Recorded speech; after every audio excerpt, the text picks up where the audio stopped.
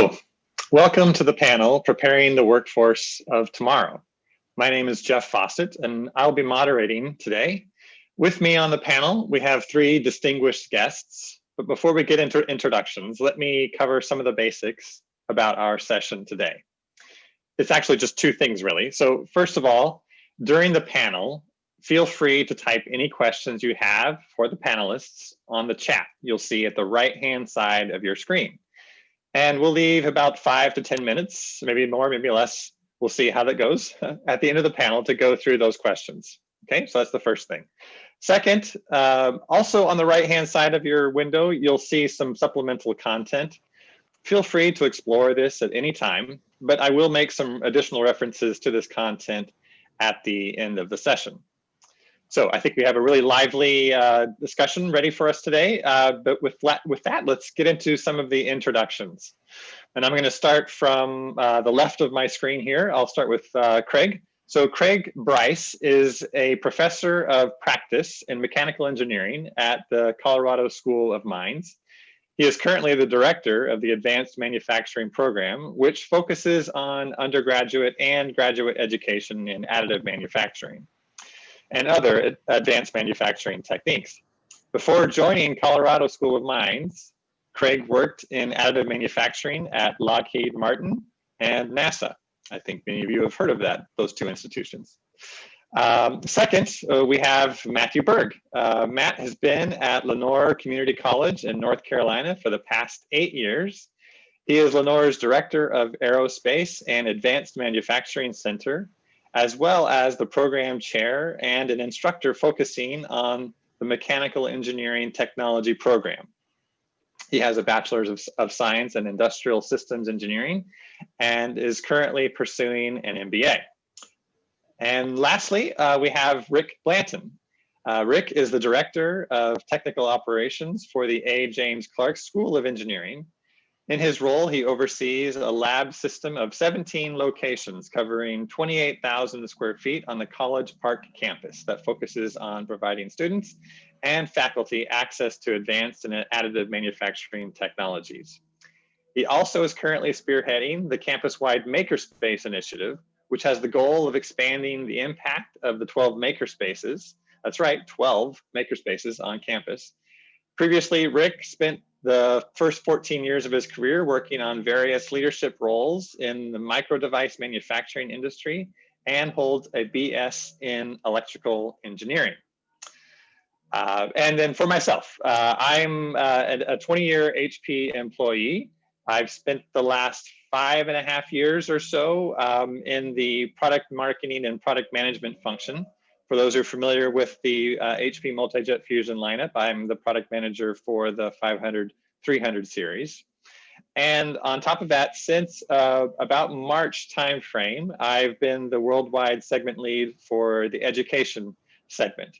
And since that's the COVID time, that's felt like more than 3 years, and it's just been less than one. So those are my two hats that I wear, again, the product management and the education segment lead. Okay, so again, welcome to all of our distinguished panelists, and we're just going to go ahead and jump right in here. And again, I remind you that you're able to use the chat window to provide any questions, and you can direct those at a particular respondent, or they could be in general. Okay, so during our discussion today, we're going to hit on 3 different themes. And so each panelist will share their thoughts on one theme before we move on to the next. So let's go ahead and get started here. Matt, I'm going to start with you. But first, maybe you could tell us a little more about Lenoir. Okay, so Lenoir, I work for Lenoir Community College. We are based on the eastern part of North Carolina. But we're about an hour from the coast and about an hour and a half from Raleigh.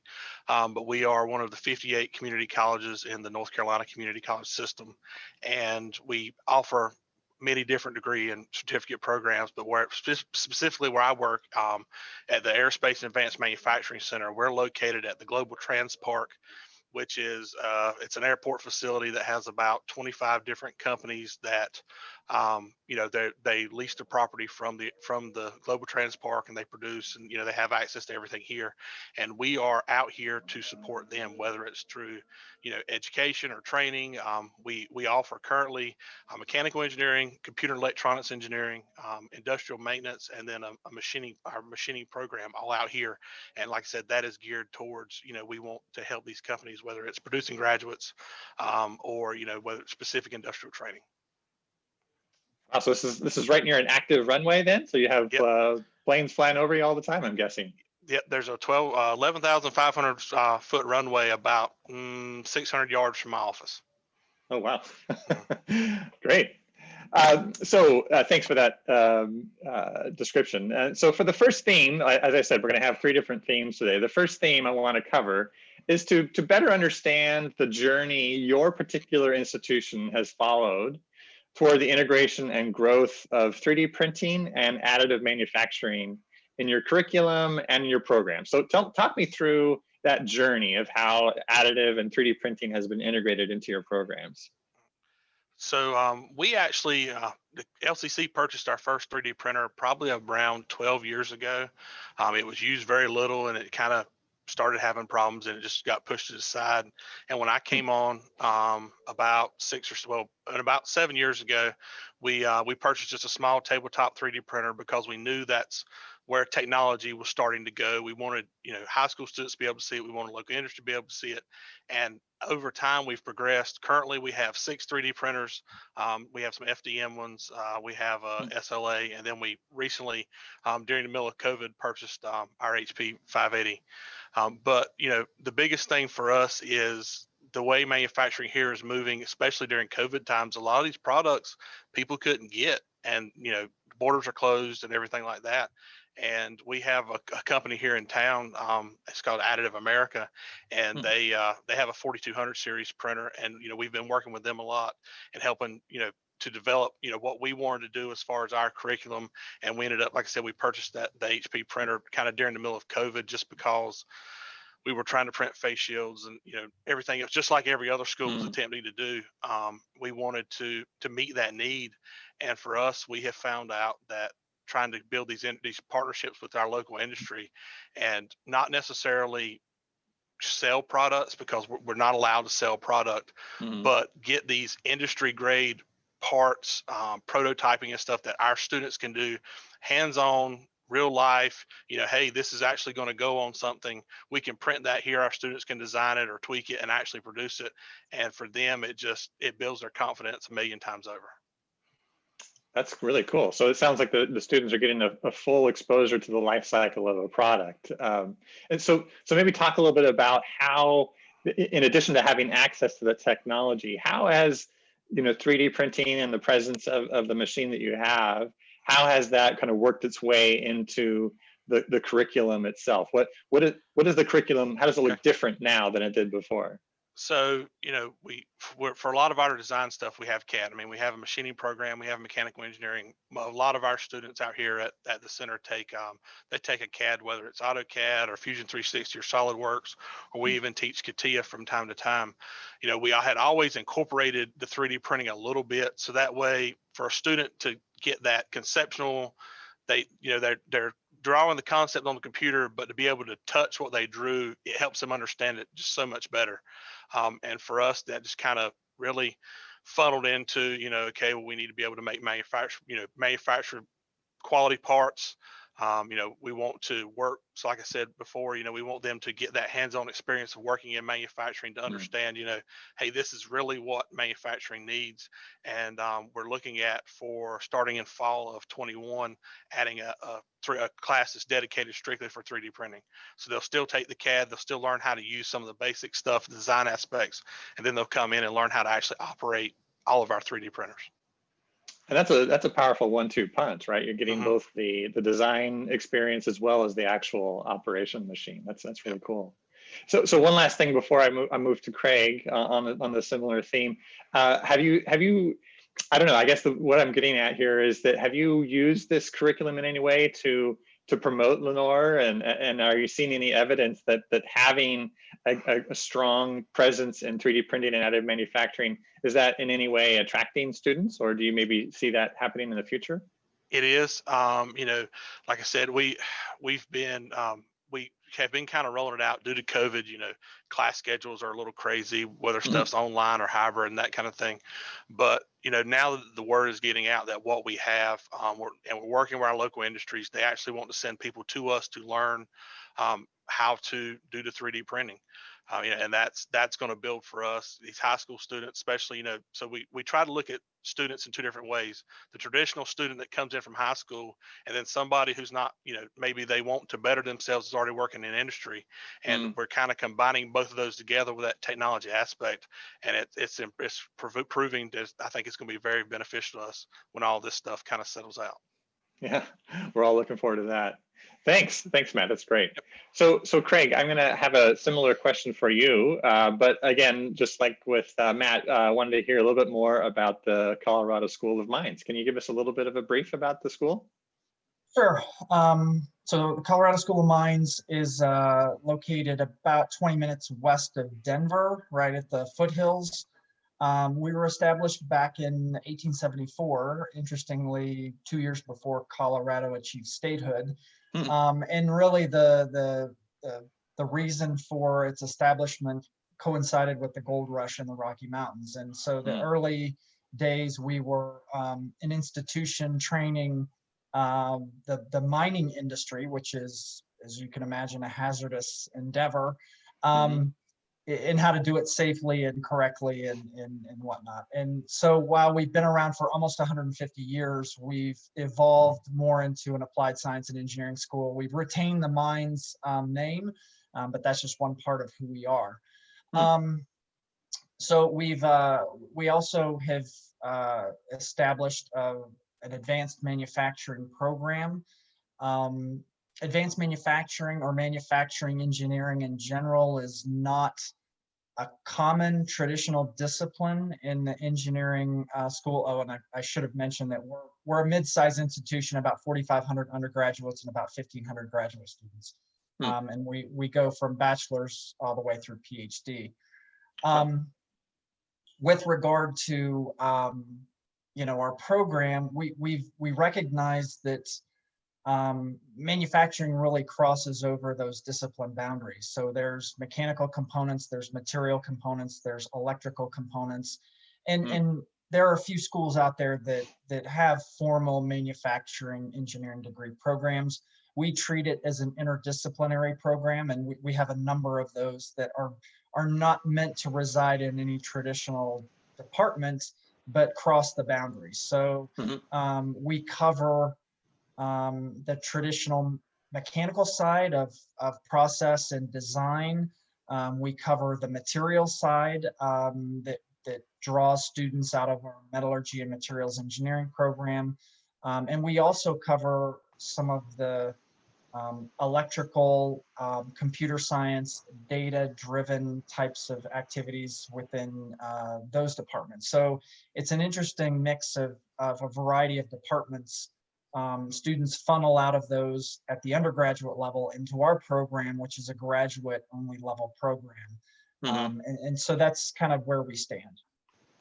Wow, it's great. That's I've always heard of the school, and it's good to know that that's how your background is. And in fact, I have a little bit of a background in mining as well. I was working for a company made shovel dippers for open pit copper mines, so I've spent a little bit of time in the dirt. But also reflecting back on your pre-academia career at both NASA and Lockheed Martin, I wonder, Craig, if you could maybe reflect a little bit upon what you've seen in terms of industry. Have you, in particular, what, if any, gaps have you seen with respect to recent graduate knowledge about 3D printing and additive manufacturing? Well, there's a lot to that question, and I'll try to be as brief as I can so I don't monopolize the time. But In my industry experience, I went through 2 formal qualification programs. And so in academia, this is something that is a bit of a mystery and it doesn't really excite people, but it's a necessary process to get some, a product made by a particular process okayed for use in an application. And in my aerospace career, the bar is pretty high. You don't want airplanes falling out of the sky. You don't want satellites making it into the wrong orbit or crashing back into the ocean. Right. So the barrier is quite high, and that qualification in terms of understanding how the machine is set up and how the material that comes out of that machine can vary based on the different variables of how that machine is set up is critical to understand. And with additive, it has become so much more complex because these machines can have hundreds of input variables as opposed to a conventional product form like a forging where you might have half a dozen of key process variables. So, we're applying kind of data-driven machine learning tools to try and draw the connections between the process inputs and the material outcomes. And all of that feeds into the qualification aspect. So I feel like I've brought a little bit of that into my academic position because it's not something that people pay attention to, I think, in an academic setting as much as they should in this particular technology. And the second thing that I think is important is the economic aspects. We all get wowed by additive. We all think it's fantastic, and none of us are immune to that. But in the end, there has to be a rationale for why you're choosing that over conventional product forms or something else. And it can't just be because it's cool, right? And unless it's a consumer product and that's driving your consumers to buy it, that's the exception, right? But in the case of most engineered products, there has to be either cost, performance, or schedule. And so, I'm trying to infuse that into my projects. Every class that I teach has a project component, and I want students to address that and not just assume that additive is the right solution. That's great. So it sounds like you maybe had seen some gaps in that space, and what's great about your new job is that you're going to help to close those gaps. And so you mentioned a moment ago that there are a variety of different programs. Can you elaborate a little bit about the different programs, and in particular, I understand you have a non-thesis master's program in there. What drove the need for this master's program? So the program started about 2 years ago, so the fall of 2018. At the time, I was working at Lockheed Martin and teaching as an adjunct, just a single class in the evening. And Mines recognized that there's a lot of interest in this area, and it was kind of a bit of a new area. Manufacturing wasn't a legacy strength, and so they made the decision they want to press in that area. And really, the program was designed from the beginning to not just benefit the traditional student who finishes their bachelor's and comes on board for a master's degree before entering the workforce, but we're also targeting working professionals. I have quite a number of working professionals in the master's non-thesis program. We skew classes towards the evening to accommodate working full-time professionals. We're pushing online, and this is not, COVID panic, induced remote teaching, but thought through. We were planning this pre-COVID to drive courses online, so that eventually we're hoping by next fall we'll be able to offer that master's non-thesis fully online. In addition to the master's degree, we offer 2 what we call professional certificates. So these are designed for working professionals that already have an engineering degree. One of them is focused on additive manufacturing, and one of them is focused on what we call smart manufacturing, which is Lean and Six Sigma and efficiency operations and things like that. Cool. And then we also have some undergrad options for minors and area of special interest. So we're trying to prep at all levels, but really we are trying to make this reachable and of value to working professionals who want to add that credential with a little more experience in the manufacturing realm. Terrific. Well, thanks so much for that, Craig. That's a great background. I'm going to shift now to Rick. Again, similar question that I'll get to in a moment, but before, maybe you could brag a little bit about the University of Maryland. I'm sure a lot of people have heard about the school, but maybe you can say a few things about what people might not know about the school itself. Yeah.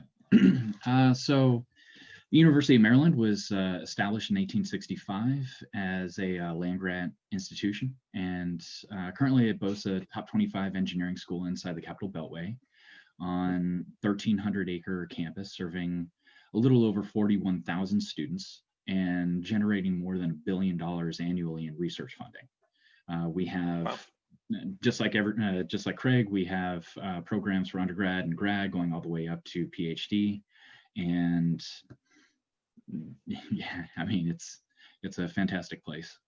That's great. Now, in our the intro with your bio, I mentioned something about your makerspace program, and in particular the Terrapin Works program. You helped helped establish this, I think. Can you explain that program a bit more and how it all got started? Yeah. So about late 2013, early 2014. There was a student-run organization that was actually an incubator for entrepreneurship, and it was housed in the engineering portion of the campus and had close ties to engineering, but it was an amalgam of students across the entire body. And as the startup companies were starting to roll out of the incubator, there was a demand for rapid prototyping capabilities. And this is just one of those fate things where it also coincided at the same time with the College of Engineering's administration recognizing that additive manufacturing and advanced manufacturing were parts of the strategic focus going forward, and were actually added to the strategic plan at that point. And so in doing so, they were able to couple that need with the recognized demand. And as universities do, we created a subcommittee and got some faculty together and kind of investigated for about a year to figure out what type of technologies we'd like to bring in and be able to provide to the students and to researchers on campus. And as a result, that was really the beginning of our relationship with MakerBot, and how we initially got a pilot program into our it's called ENES 100. It's the introductory course for engineering students, where it's kind of semester-long design build, and they integrated in a 3D printing portion of the curriculum.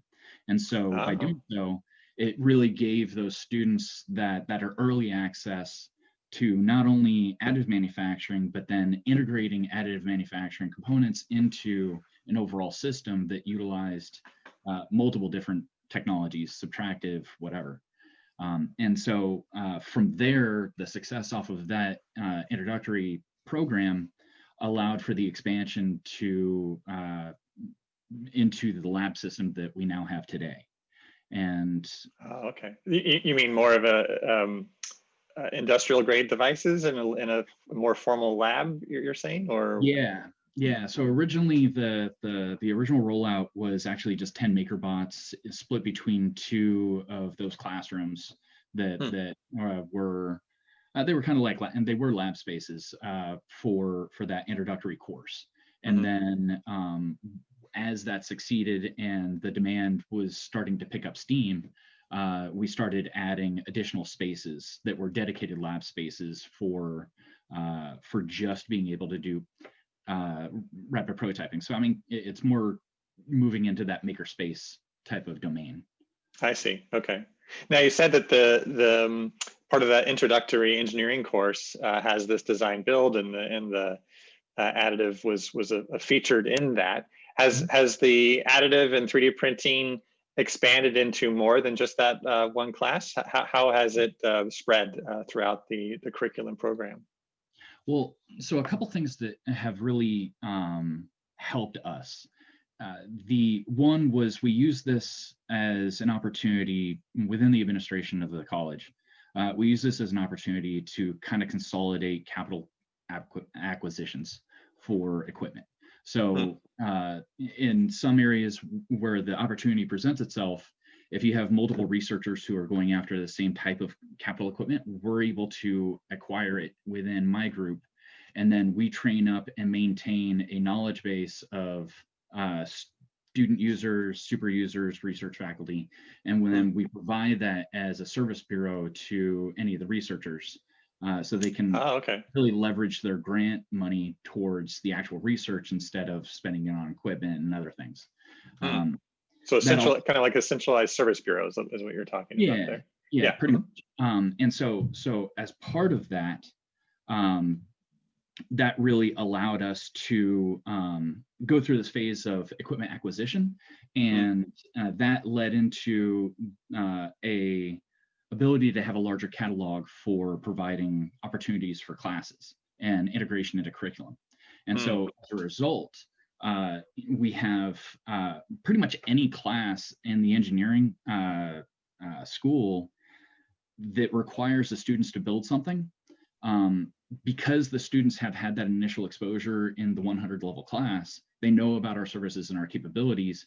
And so because of that, they actually have a much higher tendency to come back to 3D printing throughout the rest of their time on campus, just due to the simplicity of it. But it's you know, it's a double-edged sword on that end too, because you know, additive manufacturing is, you know, I think we can all agree it's a tool within your tool chest.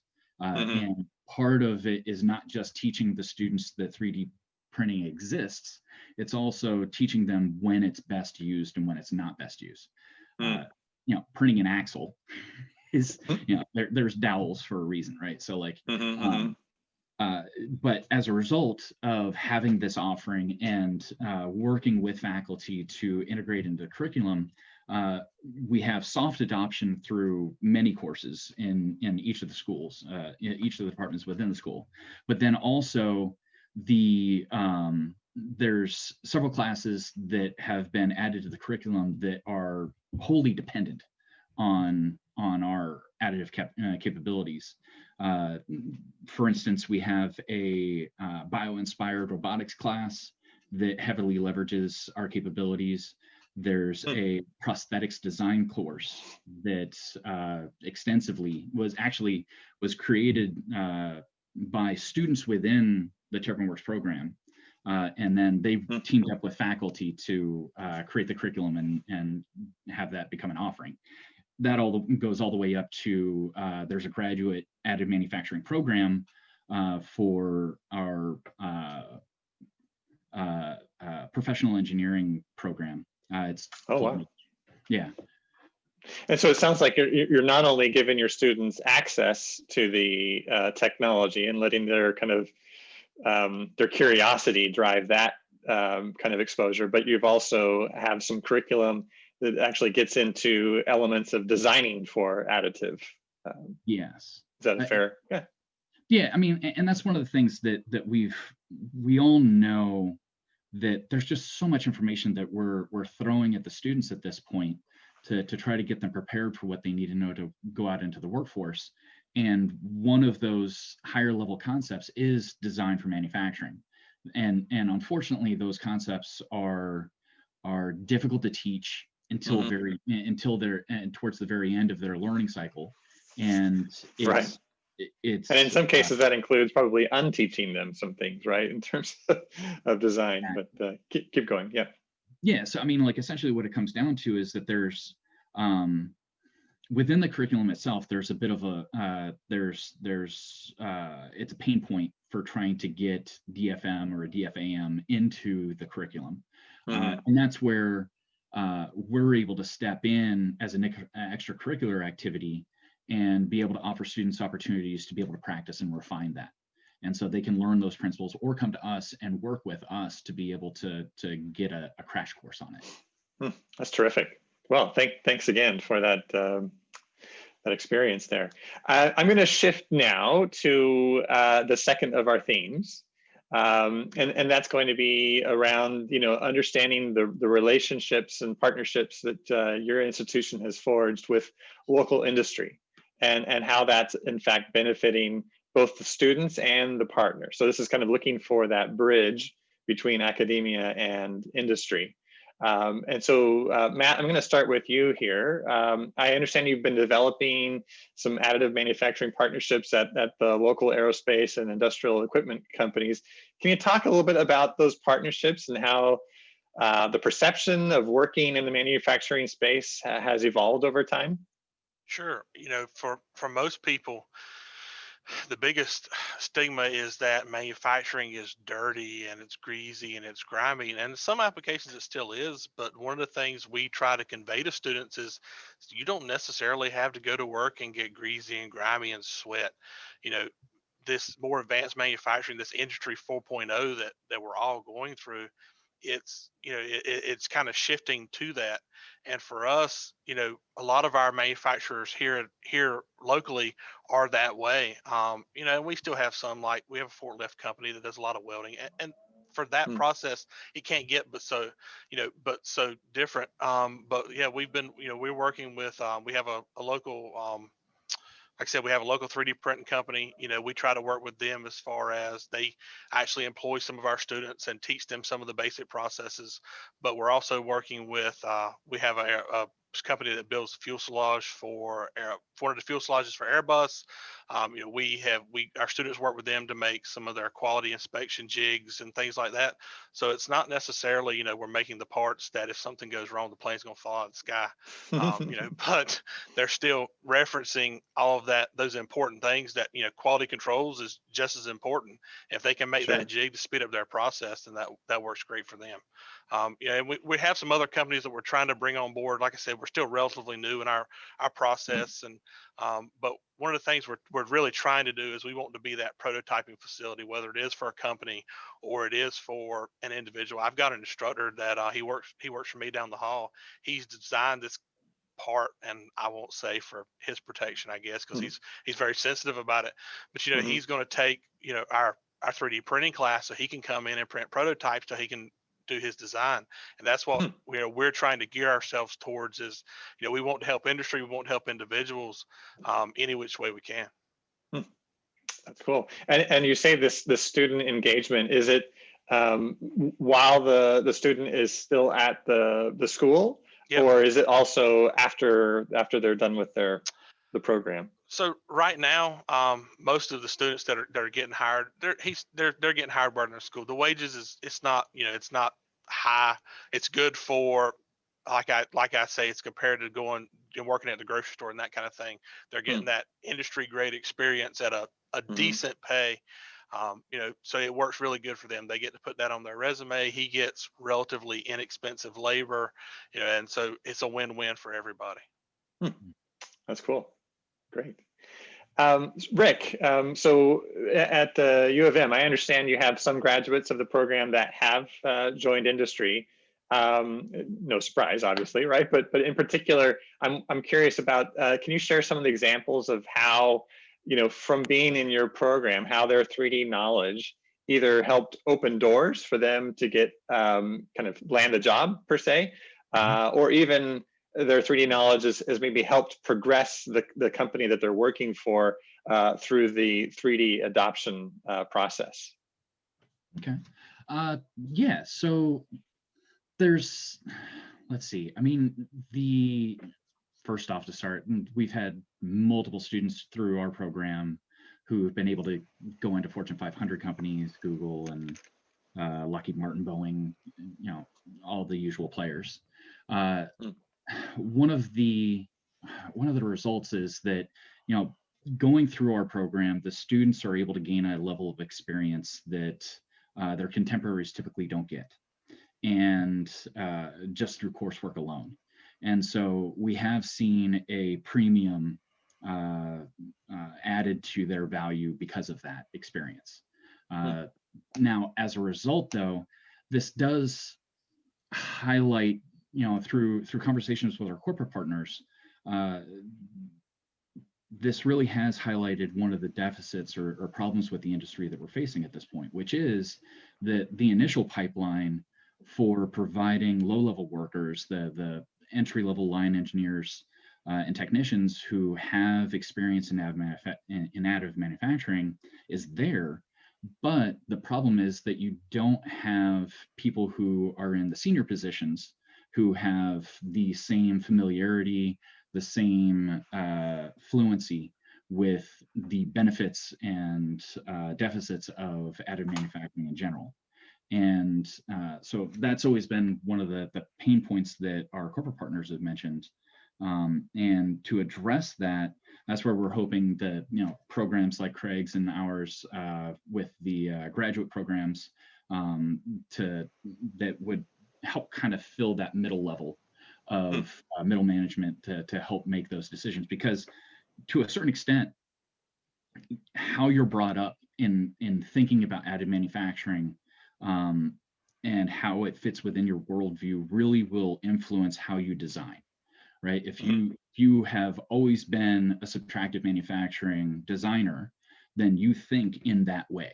And when you are then asked to do additive manufacturing, it's a translation process, and it's not an efficient one. What we try to do is with our processes, we try to introduce the students to additive manufacturing early and the benefits of it early as we can. But with the idea that it's going to, they'll progress together so that they have a more balanced view of when and where to use it. Now, can you think of some specific examples where let's say a student of yours has become super immersed in 3D, they've learned how to use it, they've learned how to design for it, they're all ready to go, and they get to a industrial, they're the company that hires them, and that company can't even spell 3D printing, as in there may be doubters or whatever. Have you seen some examples where the student has come in and kind of helped transform the way the company has looked at 3D? Yeah, I mean, without calling out names, the way that it typically works is that the students have been well versed by that point in additive manufacturing and the benefits of, and as a result, they're able to go in as evangelists. And typically, what'll happen is that they'll be given an opportunity or two to run a small project or something to demonstrate the benefits of faster turnarounds. Having access to and the other thing is that typically, because what we've seen is that the students who are really experts on certain equipment, when they get hired, that's part of the reason that they were hired, is because that's a new capability that the company wants to bring in.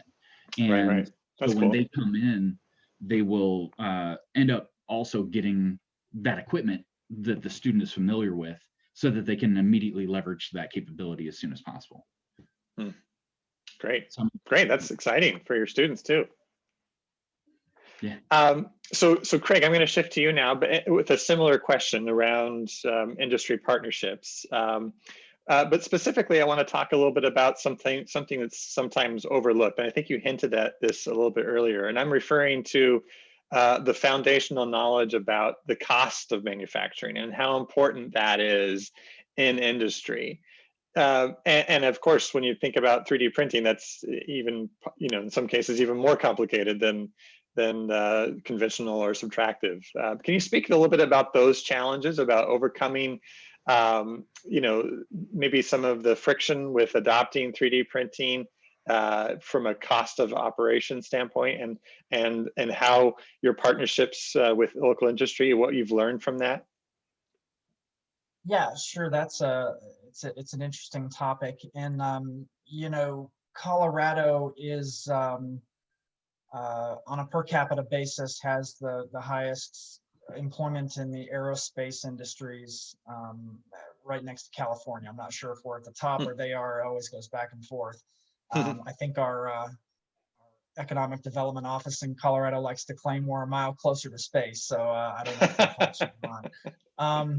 But yeah, so we work a lot with a lot of aerospace companies, and quite frankly, cost is sometimes down towards the bottom of the list when it comes to high performance aerospace products, but it's not always, right? So we don't just work with the big aerospace companies like Lockheed and Ball Aerospace and United Launch Alliance, but we work with small local suppliers that are, secondary tier suppliers to the big aerospace primes. And that's where the economic aspects come into play a lot more distinctly. And so we thinking in particular, we have one local small business, a 6-person operation, two of those 6 are graduates of our master's degree program. They are gaining tremendous traction. We just won a small business innovative research program together, to where now they're bidding on government contracts with employees from our program, and also coming back to mines and looking for partnerships so that we can, continue to feed them students, right? And grow the program together. And so what the feedback we get from those small manufacturers is that, cost is key for them, regardless of what application it is. It's a tough environment to compete against some of the more established processes. And so having students leave the program with an understanding of the economic advantages allows that decision-making process to happen sooner. The make-buy decision, the deciding amongst processes, additive versus other technologies. And so it's not just about knowing how to use additive, it's knowing when to use additive. And so that's what we're, the response we get from our local partners is that's, can often be overlooked. And if I'm understanding correctly, Craig, you're referencing, I'm thinking mostly about the application for end use part situations, maybe not so much from prototyping. So it's for those end use cases where the cost of operation, cost per part, is particularly important. Is that right? That's correct. Yeah, and we call our program additive manufacturing for a reason, because most of our focus is on engineered products, right? And the 3D printing part is one piece of the additive manufacturing flow. You still have to have requirements, you have to have pre and post processing, you have to have non-destructive evaluation. And so really we focus our program really tries to focus on using additive for end use parts. Now, of course, prototyping is a whole nother realm, and that, we do work with companies who look at it more, at a commodity level. There's a volume at which point additive becomes unattractive, but it's still a valuable piece of the development cycle in terms of being able to rapidly put something in a product manager's hand and do form, fit, and function and check things out. So we don't overlook that aspect. And one of the other things I like to impress upon my students is to not overlook the indirect aspects of additive, right? It's a very good tool for making molds that you might then use for injection molding or die casting or other techniques. So you don't necessarily always have to use the additive product in your application. The additive product might just be something you press into a sand mold and do a traditional sand casting, but it speeds that development cycle and gets you to that product quicker. That's really cool. Well, thank you for that. So with that, I wanted to transition to the last kind of theme here, and that is around just kind of, I'm going to ask the panelists here to kind of look into the crystal ball, if you will. And so as the saying goes, and we talk about this quite a bit in HP, particularly when we are developing new products for market. And that saying is that we often overestimate what we will accomplish in the near term, and we underestimate what we will accomplish in the long term. So I guess with that kind of perspective, through that lens, looking ahead for, let's say, the next 5 or 10 years from now, could you guys describe for me what you imagine in terms of 3D and additive manufacturing, both in terms of the student perspective, but also the impact it might have in industry? So Matt, I'll start with you on that. What do you see in that crystal ball? For us here, I think additive manufacturing is going to explode. More and more people are leaning to it, whether it is for the production aspect for limited production runs like Craig was just talking about, or it is, the prototyping aspect to get there, or, we're going to use it for castings. It's growing more and more. And I have seen it in my last 8 years here at the college and working with local industry. And, for us, I would like to say the sky's the limit. But, it all depends on how much of the Kool-Aid that our industries are going to drink. We have some that are on board more than others, and we have some that we're trying to nudge to get there a little faster, and they're finding that, hey, some things it works good for, some things it doesn't. I'd love to say that we're going to have a building full of HP printers, but I mean, for us, it's about diversification, about, the different types of 3D printing and what aspects some are good in than others. I'm not saying we won't have another HP printer, but, we want to make sure that, like I said, that we're meeting that need for whatever our industry dictates back to us. Because at the end of the day, that's what keeps us, we're training their next generation of workforce. We want to assist them in that. So we want to definitely make sure that, whatever it is they're trying to do, we are either just ahead of them or not lagging too far behind, so we can meet that need. Cool. Great. Rick, what about you? What's your crystal ball say as far as the future of 3D for the students and industry? I think that there's still a lot of growth opportunities left. I think that some of the things some of this you got to put into context. We're still working in a relatively young field. I mean, think about what we're competing against here. You have, an entire industry or an entire workforce of master machinists who have spent 30 years of their lives on a Bridgeport. They know that thing beyond anything that any of us will ever be able to do, right? At the time, we're trying to take a machine that typically has a life cycle of about 5 years before the next iteration comes out and compete against that. And the problem that I think will be addressed in the next 5 years is going to be the supporting technology and software to be able to bridge that gap between dynamic feedback, live modeling, new software like desktop metals, live sintering simulation software for better predicting outcomes of sintering of metal parts, AI generated modeling techniques. Those things are going to be able to help bridge the gap and produce better parts with a lower level of effort.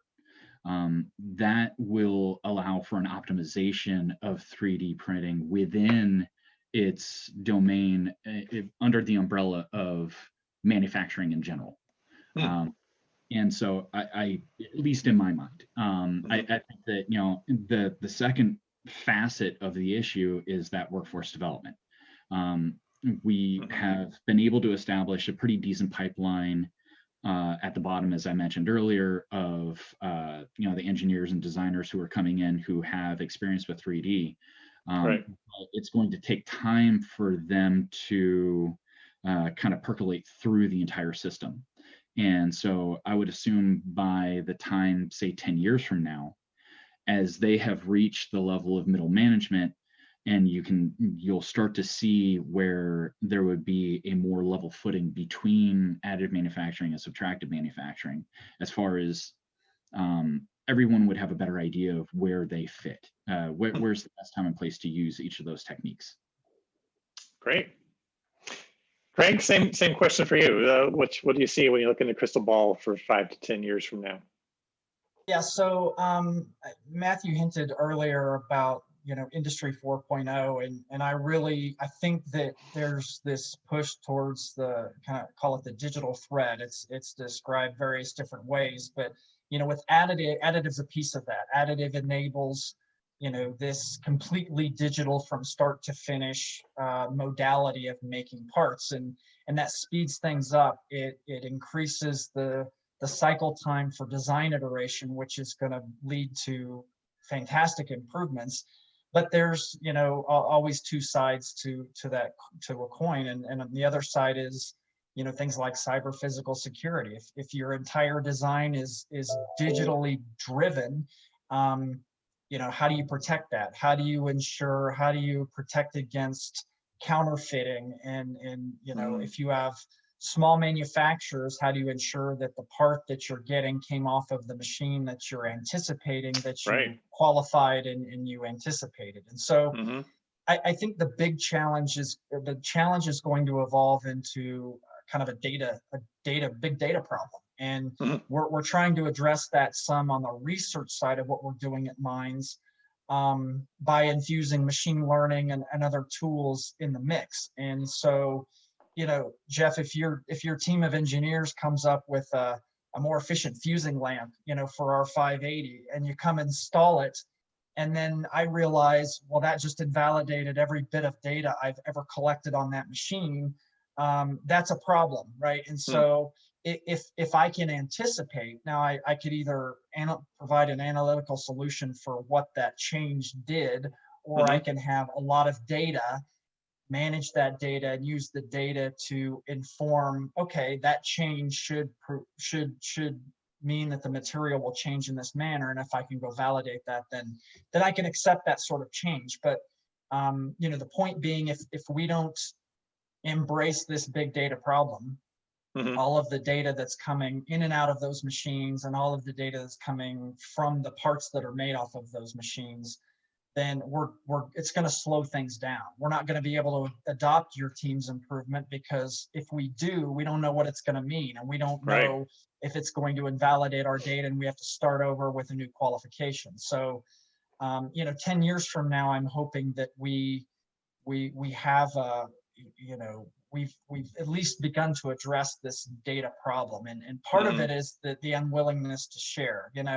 From an academic standpoint, we of course don't care, but when you start working with partners, they tend to treat that like the secret sauce, the proprietary ingredient to their success, when really we all need to embrace the biggest data pool that we can, so we can all learn from it and start to anticipate and predict.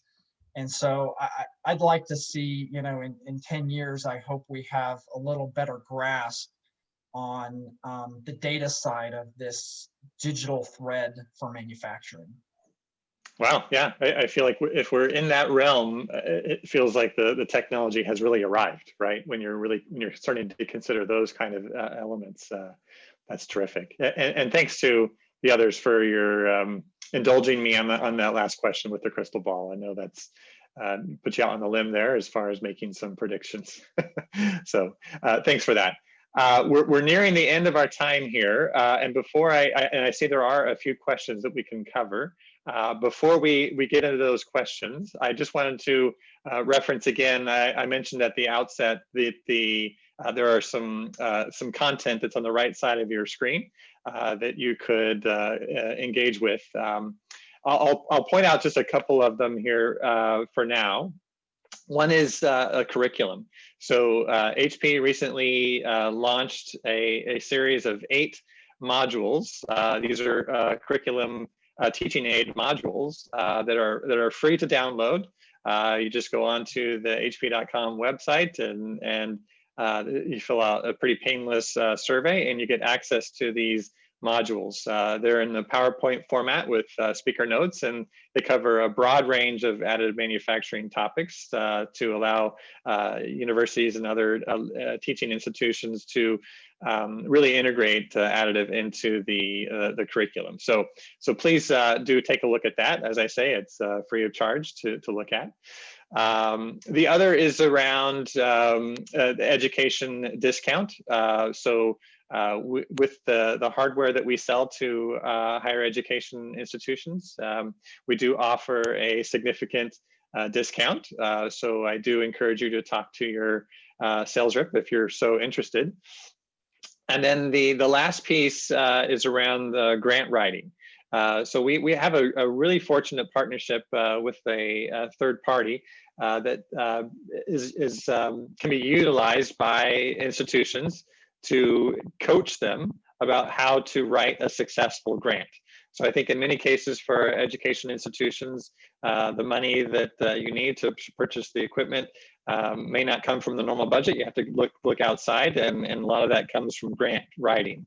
And so we have a terrific partnership with the Grant Writing Institute that would allow you to kind of coach you through how to most successfully complete a grant. So I really encourage you all to look into those elements there.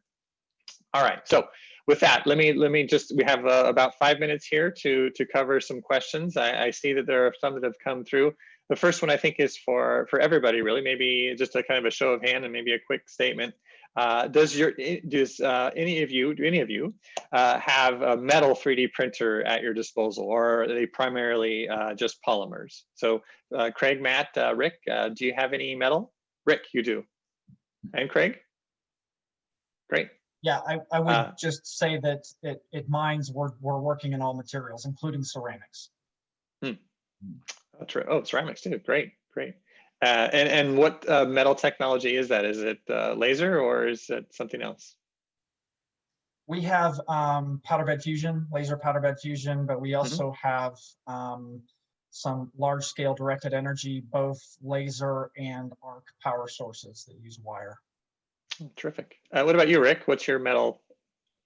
So we have a metal sintering system, as well as actually we're in the process of picking up a binder jet system right now.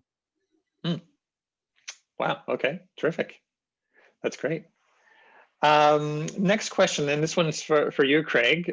So when you reflect on your experience at Lockheed Martin and NASA, what are you teaching your students today that you think was lacking for your own education? Well, you know, it's an interesting question because I just sold an internal initiative to push this, and you know, it really doesn't relate back strongly to additive, but I think the soft skills of being an engineer, right? These are the things that I feel like I learned on the job early in my career. And when I, you know, soft skills being just simple budgetary estimation, right? Does a number seem right or wrong? You know, and without experience, it's sometimes hard to know, but, you know, so things like how to sell your idea, how to package and make an argument, because everybody's trying to sell their ideas, right? Whether you're inside of a big company, you have to write proposals and you have to go after funding and you have to convince your management. And so I think that, you know, that part gets overlooked a little bit sometimes. And so I'm trying to infuse that into my program a little bit. And I've gotten some, you know, support at the highest levels inside of Mines to go push that. Terrific. That's great.